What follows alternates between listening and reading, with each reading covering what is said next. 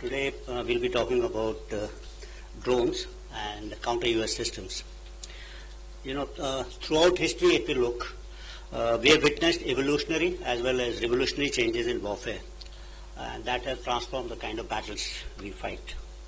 Change is either evolutionary, something like Charles Darwin spoke about, natural selection. Gradually, it happens over a period of time, and then there is a revolutionary change, which happens all of a sudden, something like an ice age which comes in. People who are not adapted to it or not used to that particular environment, they go kind of extinct. So evolutionary changes have made weapons and war fighting equipment, smaller, faster, lighter, more efficient, more affordable.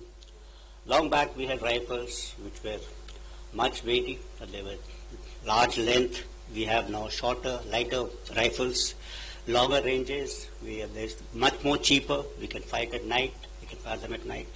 Similarly for tanks and aircrafts, we made them affordable. They're lighter, yet they maneuver very fast and they afford more protection.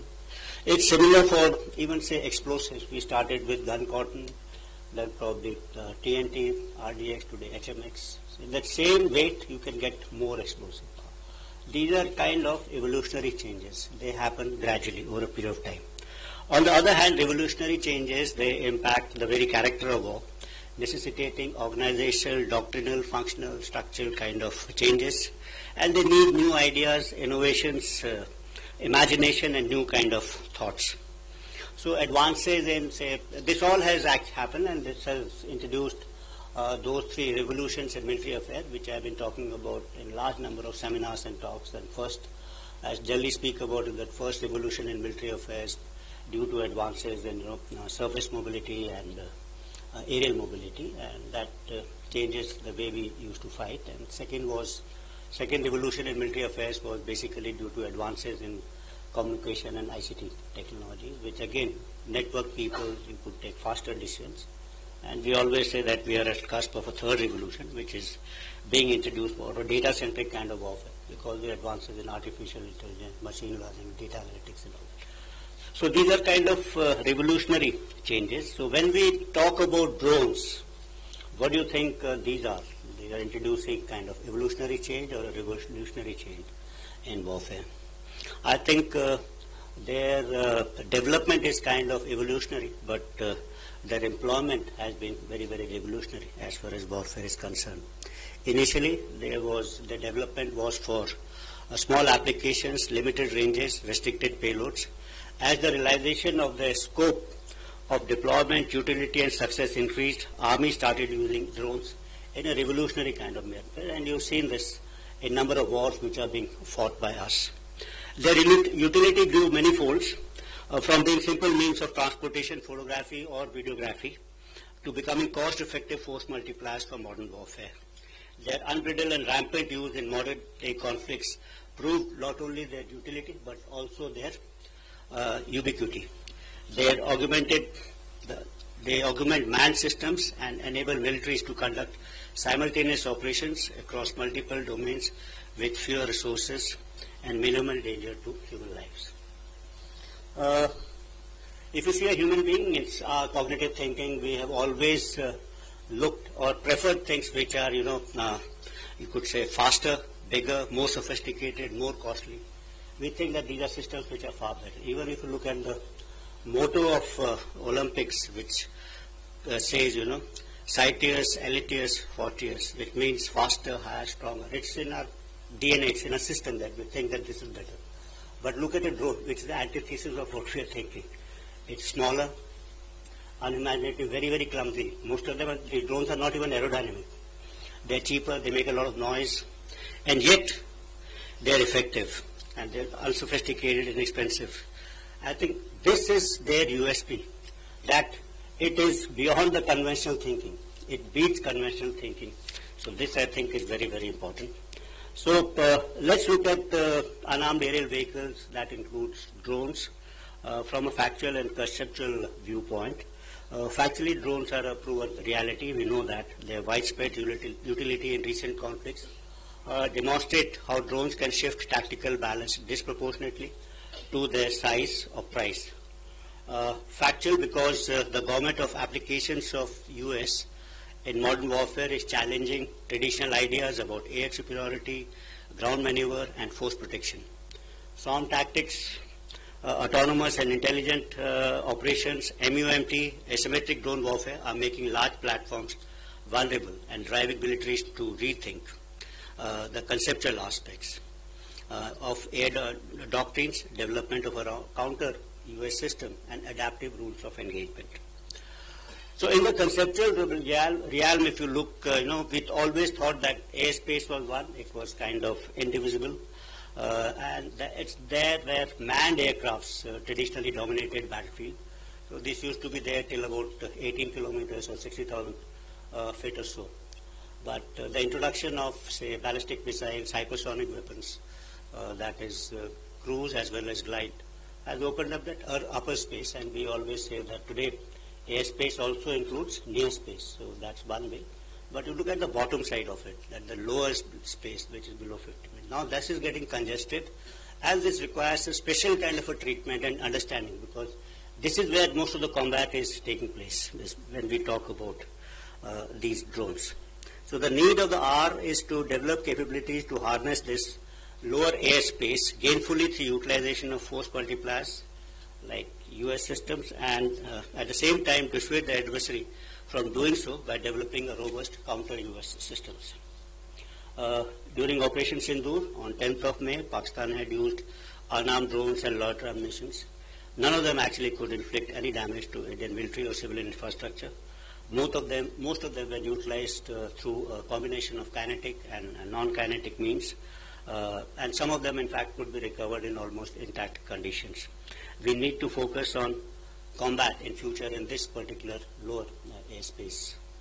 The ability to use LEO satellites for control of USS, enhance communication and navigation services, and increase the range and functionality of drones manifold. Conventional drones that work on principles of line of sight data link are limited in range and capabilities. Let's now talk about counter US system and a counter US grid.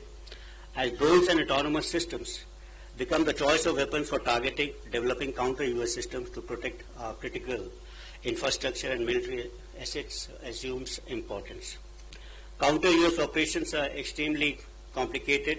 Detecting, identifying, tracking, and neutralizing drones involves creation of a counter US grid that must be capable of integrating and networking multiple technologies such as radars, sensors, jammers, as well as directed energy weapons.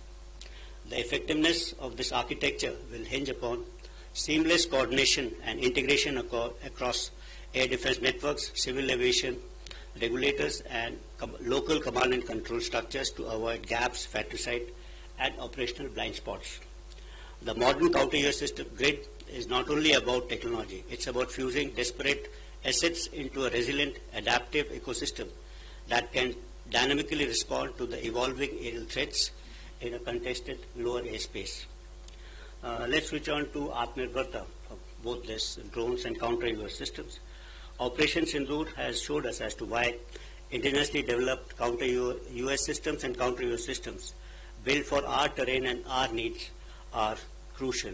We cannot rely on imported niche technology that are crucial for our offensive and defensive missions. We must invent and build and safeguard ourselves.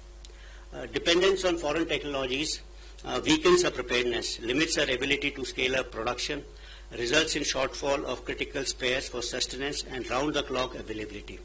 Another important aspect of this capability is that foreign weapons and sensors, their capabilities are known to all, and adversaries can predict our tactics and doctrinal concepts based on the capabilities of this particular system. So you may have today on very modern aircrafts, air-to-air missiles, so say ranges are known to us, so are they known to the adversaries also. And the moment if they are imported, then obviously the adversary can keep out of those ranges and develop tactics accordingly. So this becomes a severe limitation, but if you are developing systems which you own, their capabilities are not known to the enemy, and that may add an element of surprise when actually you are face to face in the initial encounters at least. So when we design, make, and innovate at home, we secure our secrets, cut costs, retain the initiative to scale up production, and maintain around-the-clock readiness. Our Honorable Raksha Mantri has rightly said that Atmanirbharta is not a choice, it's part of a duty. In warfare, you cannot win with yesterday's weapon systems in today's warfare. In fact, today's warfare has to be fought with tomorrow's technology. And happy to note that this workshop is deliberating on crucial issues for Indianization and improvement in existing US and counter-US capabilities. I would like all of you during the day's deliberation to focus on a few things. First, I think, is increased impetus on defense R&D to deliver next generation of solutions. Then encourage modular, upgradable design so that new technology payloads, AI modules, EW technology can be integrated quickly. Develop standardized open architecture for plug-and-play modules for effective counter-US, both for kinetic and non-kinetic systems. Fifthly, create counter-US system testbed for startups and DRDO. Sixthly, invest in secure sovereign software stacks for UAV control and anti-jamming. Seventhly, we could focus on stealth and next generation of UAVs. And last and not the least, develop a long-term vision roadmap for swarm drones, drone carriers, MUMT, direct energy weapons, artificial intelligence-powered counter-US systems, etc. And so, towards the conclusion, I would say that this one-day workshop being organized by the Office of Scientific Advisor to CISC in collaboration with CENJOS is a much-needed steps towards evolving strategy to make India self-reliant and future-ready in counter-US and US technologies. I'm also very happy to note that the exhibition is being organized on the sidelines of this workshop to provide an opportunity to the industries to showcase their products to the users. I wish all the participant speakers, organizers, the very best for an unprecedented success for the workshop come exhibition, and look forward to a feedback to institute further and necessary improvements. Then I will have a small little submission. This third particular session, I believe, can be renamed as Challenges in Indianization of UAV Components, rather than talking about problems envisaged by users to the use of imported components in the UAV. That would not be a correct kind of a message. Thank you, ladies and gentlemen, for a very, very patient hearing. Thank you.